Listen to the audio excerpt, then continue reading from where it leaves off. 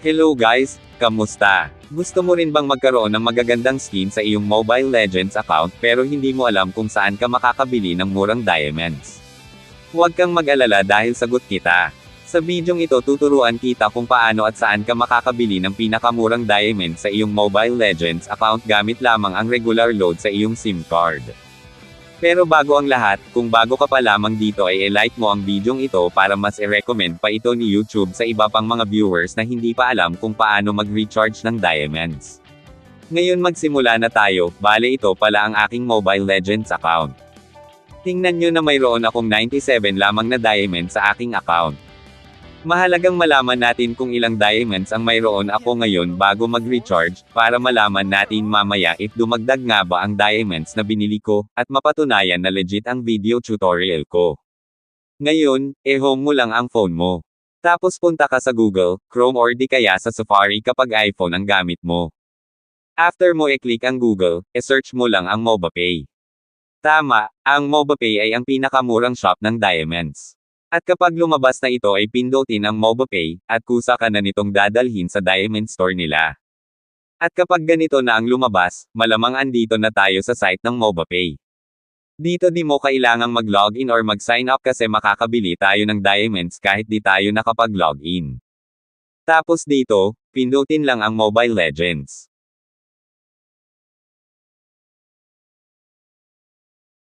Dito sa number 1 ay ang game ID natin. Kailangan mong ilagay ang ML ID at server mo dito. Sa mga hindi pala nakakaalam ng kanilang ML ID at server or zone ID ay open nyo lang ang ML account nyo tapos click nyo ang profile avatar nyo, then dito nyo makikita ang ML ID at zone or server ID ng account nyo. Ang mahabang mga numero ay ang ML ID mo at ang karugtong na number sa loob ng close at open parenthesis ay ang zone or server ID mo.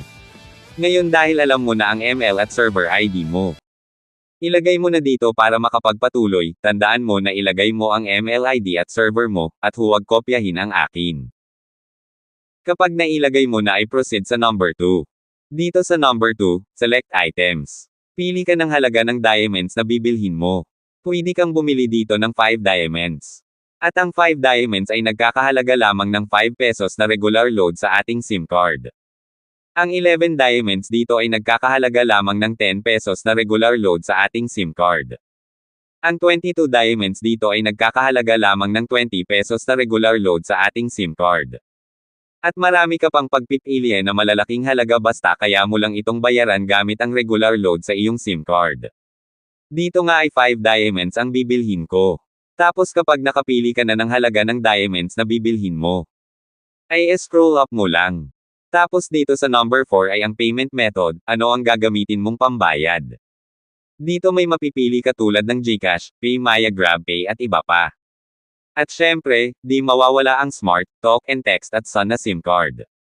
At Talk and Text nga ang gagamitin kong pambayad sa pagbili ng diamonds. Tapos, siguraduhin yung may lamang regular load balance ang inyong SIM card na Talk and Text or Smart para makabili kayo ng diamonds.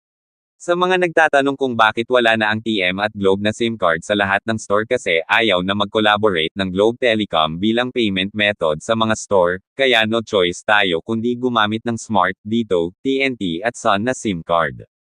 At sa number 5 naman ay kailangan mong ilagay ang iyong email address kasi dyan mamaya isesend ang resibo mo sa pagbili ng diamonds. Tapos pag okay na, pindutin mo lang ang Submit Order Now. Kapag ganito na ang lumabas, review lang kung tama ba ang pangalan or IGN na lumalabas o di kaya'y tugma sa pangalan ng account mo sa ML. Kung okay na, pindutin lang ang Pay Now. Kapag ganito na, dito ilagay mo ang iyong SIM card phone number mo, huwag kang mag-alala, safe po ito. Kasi dyan isesend ang OTP at sa SIM card phone number mo mamaya ibabawas ang bayad sa pagbili ng diamonds.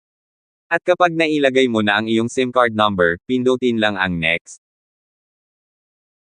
Pagkatapos nun, hintayin lang ang authentication code or OTP na i-text ng MoBay sa iyong messages, at kapag dumating na kunin ang codes or OTP at ilagay sa mga patlang.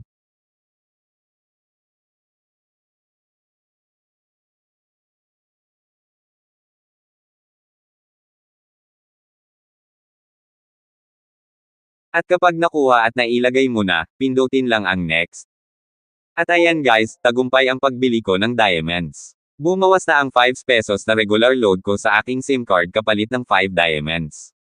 Sabi dito, successful na ang pagbili ng diamonds. Ngayon para malaman kung pumasok na talaga ang diamonds sa account ko is, close lang lahat ng apps pati na rin ang Mobile Legends app natin at i-restart o i-open ulit.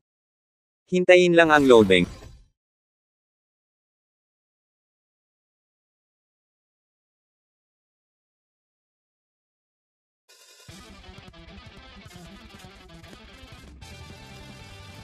At ayan na nga guys, pumasok na ang 5 diamonds na binili ko. Di ba kanina ay mayroon lamang akong 97 diamonds at ngayon ay naging 102 diamonds na.